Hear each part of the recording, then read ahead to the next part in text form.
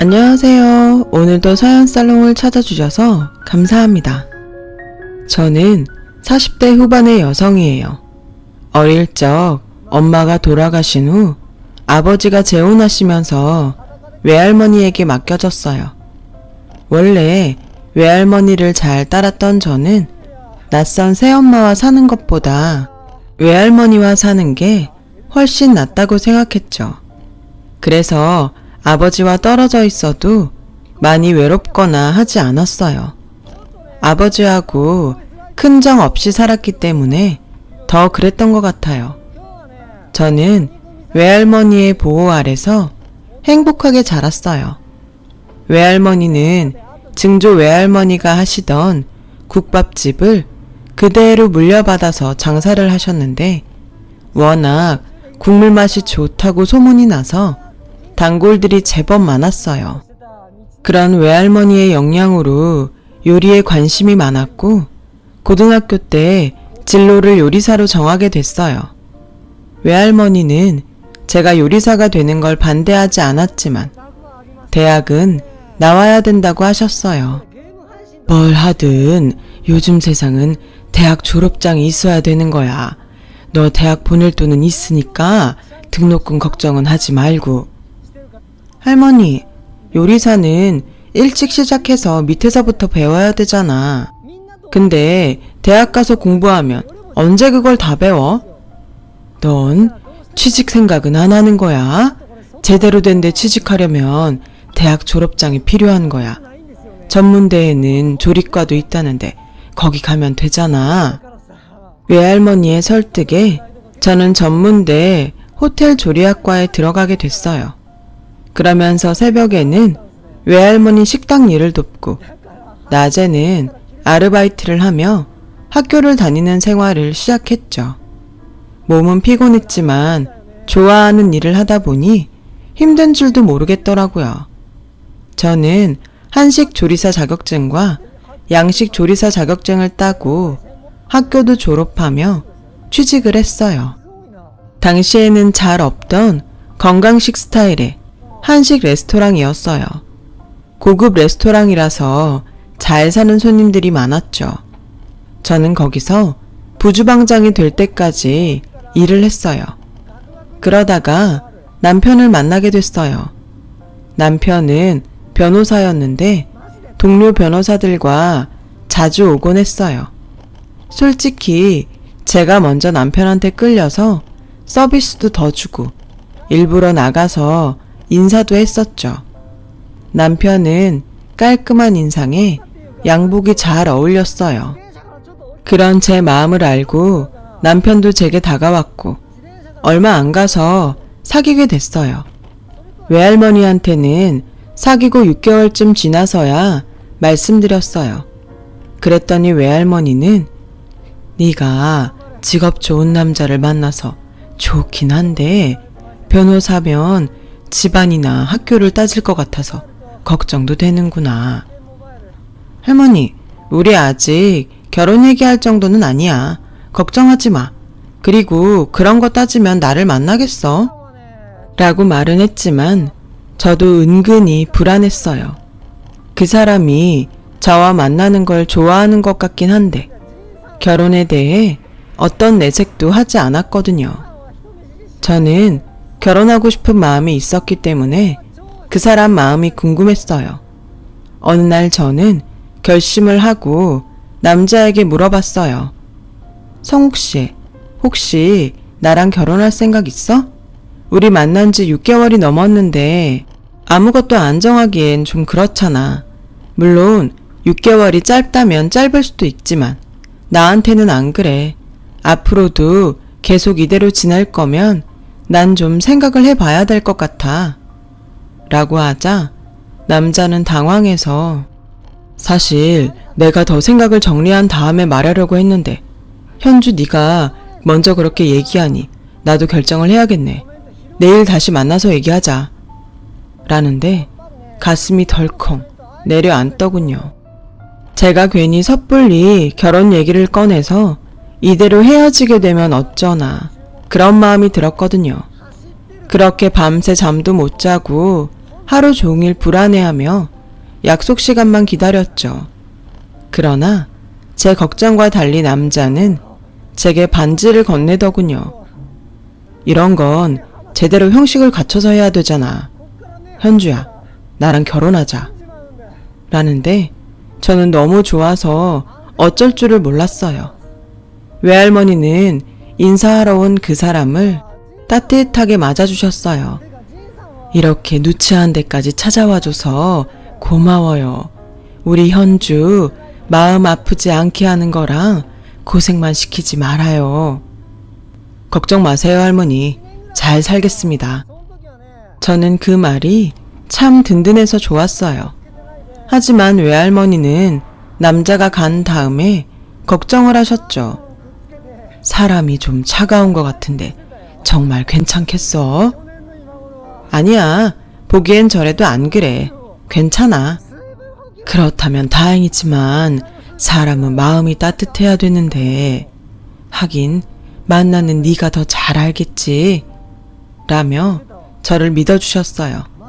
하지만 남자의 부모님은 저를 보자마자 싫은 티를 냈어요. 특히 어머니가 그랬죠. 아가씨, 결혼하면 우리 집 감당하겠어? 우리 집에 전문대 나온 사람 없거든. 서울에서도 이름 있는 데만 나왔는데 아가씨는 전문대에 직업도 요리사라며? 그리곤 저를 위아래로 훑어보셨어요. 그러자 남자는 요리사는 전문직이에요. 생각하는 것처럼 수준 낮은 직업 아니니까 걱정 마세요. 라며 저를 감쌌고 남자 어머니는 그래, 네가 그렇다면 그런 거겠지. 알았다. 라며 더 이상 말하진 않았지만 부모님 두 분 다 저를 좋아하지 않더라고요. 내가 성욱 씨에 비해서 여러모로 떨어지니까 다들 마음에 안 드시는 것 같은데 어쩌지? 라며 걱정을 하자 남자는 그런 건 살면서 얼마든지 바꿀 수 있잖아. 부모님 마음에 들게 잘하면 괜찮아질 거야. 라며 안심을 시켰고 저는 결혼하면 정말 잘하자 라고 생각했죠. 그렇게 우리는 결혼식 준비를 시작했어요. 시댁에서 요구하는 혼수가 부담이 돼서 잠시 갈등도 있었지만 외할머니가 아무 말씀 없이 다 해주시더군요. 할머니, 이렇게 무리하지 않아도 돼. 못하는 건 못한다고 내가 말할게. 변호사 아들 결혼시키면서 이 정도도 안 바라겠냐? 너도 부모가 해주는 거 받으면서 결혼해야 되는데 나라도 챙겨야지. 무리하는 거 아니니까 걱정 마. 할머니 이 정도 돈은 있어. 넌 결혼해서 잘 살 생각만 해. 저는 그런 외할머니가 너무 고마웠어요. 결혼하고 나서도 자주 찾아뵙고 더 잘해야겠다고 마음 먹었죠. 하지만 막상 결혼을 하고 나니 생각처럼 되지 않더라고요. 시댁에서는 수시로 저를 불러서 자잘한 일부터 큰일까지 다 시켰어요. 그 바람에 저는 레스토랑이 끝나면 신혼집보다 시댁에 가는 날이 더 많았죠. 일주일에 4번은 시댁에 갔는데 그중 1번이나 2번은 음식을 해야 했어요. 그런 날은 직장에서 음식을 하고 시댁에 가서 또 해야 하니 정말 진이 빠지더라고요. 어머니, 제가 직장에서 음식을 만들다 보니까 여기 와서 또 하면 너무 지쳐서요. 다음 날에도 지장이 있어요. 제가 쉬는 날 집에서 만들어서 갖다 드리면 더 좋을 것 같은데요. 넌 요리사라며? 그게 뭐 그렇게 어렵다는 거니? 그냥 하기 싫으면 하기 싫다고 하지. 변명도 참 가지가지다. 그게 아니에요. 다음날 출근해서 일에 지장이 생겨서 그래요. 그러니 양해 좀 부탁드릴게요. 듣기 싫다. 그렇게 하기 싫으면 하지 마. 누가 들으면 내가 되게 부려먹는 줄 알겠다. 이깟 것도 못할 거면서 결혼 전엔 잘한다고 입 빨린 소리랬니? 저는 더 이상 아무 말 못하고 죄송하다고만 했어요. 집에 와서 저는 속상한 마음에 남편에게 얘기했어요. 위로를 해줄 줄 알았던 남편은 그러게 비율 좀 잘 맞추지. 그런 것도 하나 못해? 괜한 문제 일으킬 일 좀 하지 말라고. 라며 냉정하게 말하더군요. 너무하는 거 아니야? 문제를 일으키다니. 나도 직장에서 일해야 되는데 요새는 거의 시어머니 수발만 들고 있다고. 그게 얼마나 힘든 줄 알아? 그거 원래 당신이 하는 일이잖아. 음식 만드는 거 좀 더 만든다고 뭐 그렇게 난린지. 엄마가 왜 그러셨는지 알겠다. 음식이라고 다 똑같은 줄 알아? 식재료도 다르고 만들 때마다 다 신경 쓰인다고. 그 정도도 못하면 요리사라고 하지 말아야지. 당신 프로가 뭐 그래? 라는데 정말 말이 안 통한다는 걸 깨달았어요. 남편은 결혼 전 제가 기대했던 사람이 아니더군요. 저와 집안일에는 무심했고 자기 일만 중요하게 생각했죠. 신혼생활 3개월도 안 돼서 제 결혼 생활은 흔들리기 시작했어요. 외할머니가 제가 결혼할 때 신경 쓰신 걸 생각하며 어떻게든 잘 살아보려고 애썼어요. 시어머니가 저를 전문대 출신에 요리사라고 노골적으로 무시해도 어쨌든 제가 남편보다 부족하니까 이해하려고 했고요. 하지만 그럴수록 시어머니는 더 했고 남편은 신경도 안 썼어요. 제가 하소연이라도 하려고 들면 듣기 싫다며 자리를 피해버렸죠. 결혼하고 1년 넘게 그런 생활은 계속됐고 저는 점점 지쳐갔어요. 그러다가 시어머니가 집에서 모임을 한다고 저에게 회사를 빠지고 오라고 하는 일이 생겼어요. 나랑 제일 친한 친구가 딸 결혼시킨다고 해서 내가 한 통 내기로 했다. 네가 요리사인데 어디 갈 필요 있냐? 와서 음식 좀 해라. 어머니, 아무리 그래도 회사를 빠지는 건 안 될 것 같아요. 제가 전날 밤에 만들어 놓고 회사 갔다 와서 뒷정리할게요. 너 지금 나보고 친구들 불러다 놓고 식은 음식 먹이라는 거냐? 뭐 잘난 일을 한다고 나를 친구들한테 망신 주려는 거야? 그런 사적인 일로 갑자기 휴가를 쓸 수는 없어요. 이해해 주세요. 라고 했지만 시어머니 화만 더 키우게 됐어요. 내가 너 며느리로 들이면서 주변에 말도 제대로 못했다. 식당에서 일하는 식순이라는 말을 어떻게 하겠니? 우리 집 오면서 해온 것도 없으면 이런 거라도 잘 해야 되는 거 아니냐? 무슨 직장 같지도 않은 데 다니면서 휴가니 뭐니 거창하게 굴며 사람을 무안하게 해. 네가 우리 집에서 이런 거라도 제대로 해야 될 거 아니야. 저는 더는 참지 못하고 어머니, 그런 말씀은 너무 지나치네요. 제가 결혼할 때 한 게 없다뇨. 어머니가 요구하시는 거 다 했잖아요. 그리고 전 식순이가 아니고 요리사예요. 부주방장이라고요.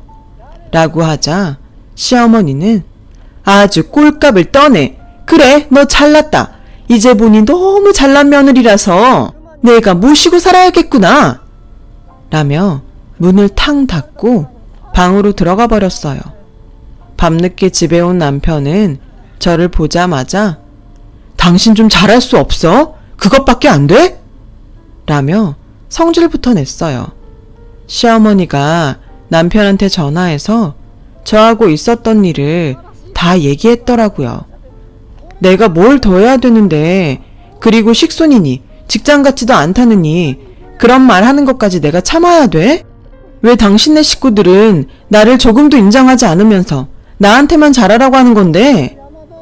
당신네 식구들? 말 참 기분 나쁘게 하네. 여태까지 그런 식으로 생각했던 거야? 그러니까 당신 가족 아니다 이거지? 하긴 그러니까 결혼하고 1년 넘도록 부모님 마음에 들게 하는 게 없지. 솔직히 당신 직장이 호텔 레스토랑도 아니고 엄마 입장에서는 말하기 부끄러운 건 사실이지. 안 그래? 내 직장이 어때서? 거기 우리나라에서 손꼽히는 곳이야. 알아? 그리고 내가 당신 부모님 마음에 들려고 결혼했어? 난 당신하고 결혼한 거잖아.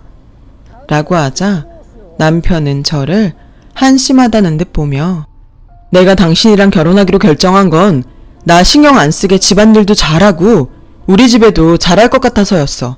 단순하니까 피곤하게 하지 않을 테고. 근데 하나도 제대로 되는 게 없으니 내가 이 결혼을 왜 유지해야 되나 싶다.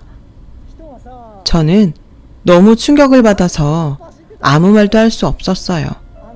남편이 절 사랑했다고 믿었는데 그게 아니었던 거예요. 저는 그날 밤 혼자 이불을 뒤집어 쓰고 외할머니를 부르며 펑펑 울었어요. 그리고 다음날 출근을 했다가 왔는데 집에 제 물건만 싹 없어졌더라고요. 너무 놀라서 어쩔 줄 모르고 있는데 시어머니한테서 전화가 왔어요. 우리 성욱이 선짜리 들어왔다. 아주 좋은 집안이야. 그런데 네가 계속 옆에 있으면 되겠니? 솔직히 네가 지금 우리 집에 무슨 도움이 되니? 너도 생각을 해봐. 이만큼 살아도 안 맞으니? 이제 그만 헤어지는 게 맞다고 본다. 어머니, 이건 말도 안 돼요. 저랑 성욱 씨 결혼했잖아요. 제가 아내예요. 그러자 시어머니는 내가 너네 혼인신고 안 했어. 너 같은 애랑 결혼하는데 이 정도 보호장치는 해야지. 너도 손해볼 거 없지 않니? 네가 해온 가구들도 시간 될 때 다 가져가라. 라더니 전화를 끊어버렸어요. 제가 법적으로 남편과 아무 사이가 아니었다는 데에 충격을 받았죠. 더 힘들었던 건 그걸 남편도 알고 있었다는 거였어요. 저는 그렇게 쫓기듯 외할머니한테 돌아왔어요. 외할머니는 아무 말 없이 울기만 하는 저를 그저 안아주기만 하셨죠. 저는 다니던 레스토랑도 다 정리하고 할머니 옆에서 지냈어요. 그때는 도저히 창피해서 제가 알던 사람들을 만날 수가 없었거든요. 그렇게 할머니와 붙어있게 되면서 할머니가 만드시는 국밥이나 김치 비법을 완전히 손에 익힐 수 있었어요. 그렇게 바쁘게 지내던 어느 날 외할머니가 갑자기 쓰러지신 거예요. 뇌출혈이었는데 외할머니는 뇌 부종이 너무 심해서 수술 후에도 뇌압을 낮추려고 노력했지만 결국 돌아가시고 말았어요. 평소에 머리가 아프다며 두통약을 자주 드셨는데 그때 병원에 모셔왔더라면 하는 후에 장례식 내내 통곡을 하며 지냈어요. 며칠 동안 가게 문도 닫고 방에 누워서 울기만 하다가 외할머니가 쓰던 가계부를 보게 됐어요. 거기에 저 보라고 음식 레시피를 서툴게 써놓은 종이가 있더라고요. 저는 그걸 보며 마음을 다잡았어요. 증조 외할머니 때부터 내려온 가게가 제 손에서 다치면 안 된다는 생각에 정신이 번쩍 나더라고요. 다음 날부터 저는 외할머니가 계실 때처럼 새벽에 일어나서 음식을 준비하고 가게 문을 열었어요. 저희 가게가 오래됐지만 꽤 규모가 있어서 저 혼자 하려니 처음엔 굉장히 힘이 들었죠. 외할머니는 이걸 어떻게 혼자 했나 싶기도 했고요. 그러나 곧 일이 익숙해졌고 저는 홀에서 일할 사람들만 뽑아서 가게를 운영했어요. 그런데 어쩌다 젊은 사람들이 가게에 왔다가 우리 음식을 블로그에 올리게 됐는데 일이 잘 풀리려고 그랬는지 그게 소문이 나는 바람에 가게의 손님은 점점 많아졌어요. 저는 음식의 질을 떨어뜨리지 않으려고 하루에 제한된 양만 판매를 하다가 너무 많은 사람들이 그냥 돌아가는 것 같아서 주방 사람들을 더 뽑게 되었죠. 제가 음식의 모든 양념과 기본 조리를 해놓고 주방에서 마무리만 해서 나갈 수 있게 했어요. 그러면서 가게는 더 잘 됐고 안정적으로 돌아갔어요. 저는 외할머니 가게 근처에 제가 하고 싶었던 고급 가정식 식당을 열게 됐어요. 두 가게를 왔다 갔다 하는 게 벅찼지만 가정식 식당은 주방장을 둬서 좀 나았어요. 가정식은 반찬이나 간단한 음식들을 포장해서 팔게 됐고 국밥집도 그렇게 팔아달라고 해서 저는 외할머니 음식 맛이 변하지 않도록 포장해 가도 같은 맛이 날 수 있게 노력했습니다. 그렇게 몇 년이 지나도 음식 맛이 변하지 않게 노력한 덕에 두 가게는 점점 더 번창했어요. 그러다 우리 가게들을 프랜차이즈로 만들지 않겠냐는 제안을 받았는데 아무리 생각해도 그건 아닌 것 같았어요. 다른 사람 손을 거치면 음식 맛이 변하는 건 당연했거든요. 가정식 식당 주방장은 우리 음식들을 인터넷 온라인으로 파는 게 더 나을 거라고 조언을 하더군요. 그래서 저희는 자체 음식 개발에 들어갔고 온라인 주문을 받아서 주문 받은 만큼만 포장해서 팔기로 했어요. 처음에 주문받은 건 얼마 되지 않았지만 가게로 포장하러 오는 사람들에게도 온라인을 알려주자 점점 주문이 많아지게 됐죠. 저는 가게를 식당 사업하고 온라인 사업으로 나누어서 생각지도 못한 회사 형태로 규모를 키우게 됐어요. 그러다 보니 회사에 법무팀이 필요하더라고요. 저는 법무팀을 꾸리기 위해서 변호사들과 거기에 필요한 직원들을 채용했어요. 저는 변호사들을 뽑을 때 도움을 받은 로펌 사람들에게 감사 인사 겸 식사 대접을 하기 위해 사무실 근처에 가게 됐어요. 그런데 길에서 서류 뭉치를 한 다발 들고 힘들게 가는 남자와 마주쳤는데 가만히 보니 남편이었어요. 깔끔하고 단정했던 남편은 전과는 너무 다르게 후줄근한 차림이었고 표정도 지치고 피곤해 보였어요. 남편은 저를 보더니 놀라서 아래 위로 훑어보며 당신이 여기에 어떻게? 라며 말을 잇지 못하더군요. 저는 제 차림새를 살피는 눈초리가 기분이 나빠서 대답도 하지 않고 레스토랑으로 들어갔어요. 그리고 며칠 후 남편이 제가 있는 곳까지 찾아왔어요. 서울 근처가 아니라 꽤 먼 거리인데 어떻게 왔더군요. 당신 회사 차리면서 법무팀 만들었다며.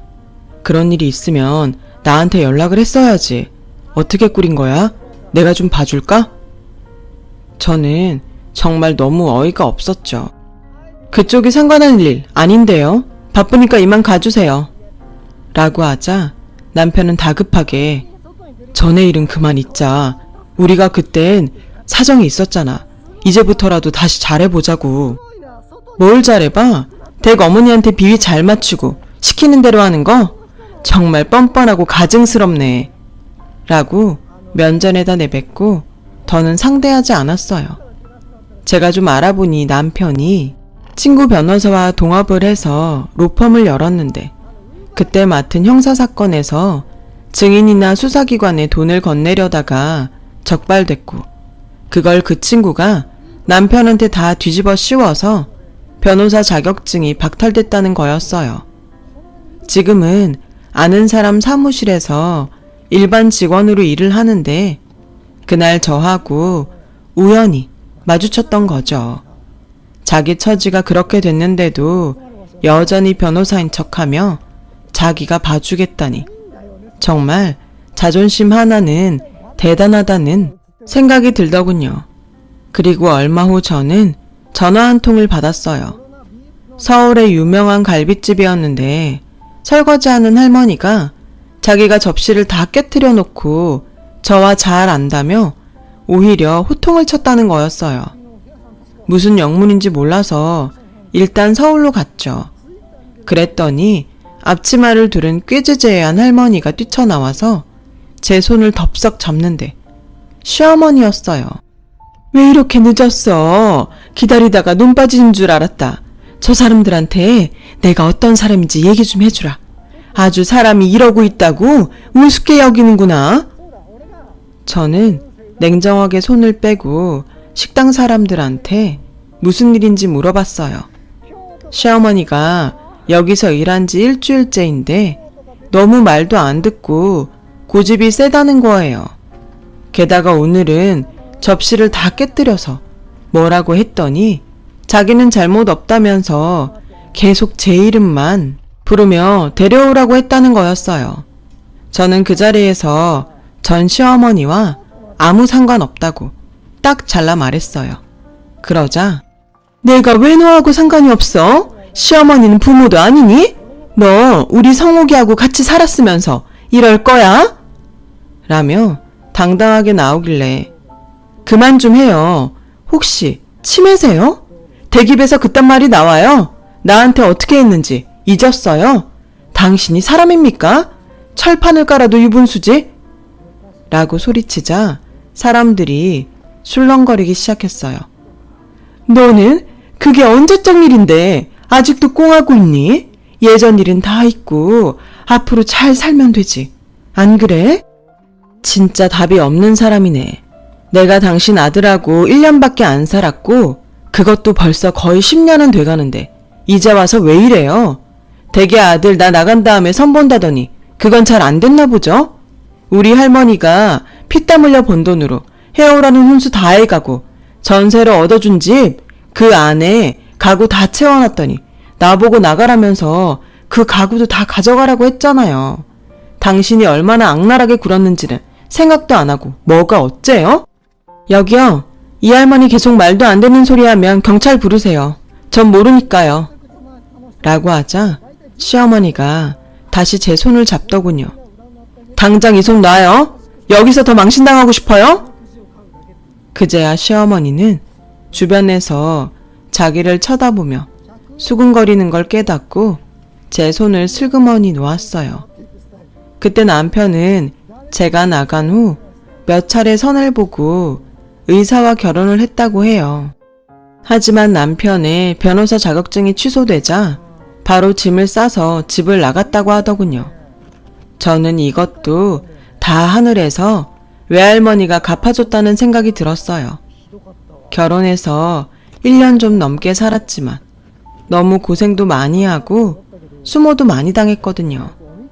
그걸 다 갚아준 기분은 들지 않았지만 그 사람들을 보면 착하게 살아야 되겠더라고요. 그 이후로도 남편은 저에게 몇 차례 연락을 해왔어요. 제가 전화번호를 계속 바꾸고 차단해서 연락을 끊었어요. 회사로 시어머니와 온 적도 있는데 한번 경비원 아저씨한테 호되게 당한 다음부터 오지 않더라고요. 그게 벌써 몇 년 전 일이네요. 30대 초반에 결혼을 잘못해서 어려웠지만 외할머니가 남겨주신 귀한 유산으로 다 극복하고 더 값진 인생을 살게 된 것 같아요. 지금은 만나는 사람은 있지만 결혼을 할지는 아직 모르겠네요. 좀 더 만나보고 결정하려고 해요. 사람은 참 선하게 살아야 하는 것 같습니다. 자기가 한 행동이 다 돌아오는 것 같아요. 지금까지 제 얘기 들어주신 분들 다들 감사합니다. 여러분들 모두 건강하시고 좋은 날들만 있길 진심으로 바랄게요. 행복하세요. 여러분, 사연 댓글에 응원과 현명한 조언 부탁드려요. 좋아요와 구독은 저에게 큰 힘이 됩니다. 오늘도 좋은 일 가득하세요. あとね、富山県にある立山っていう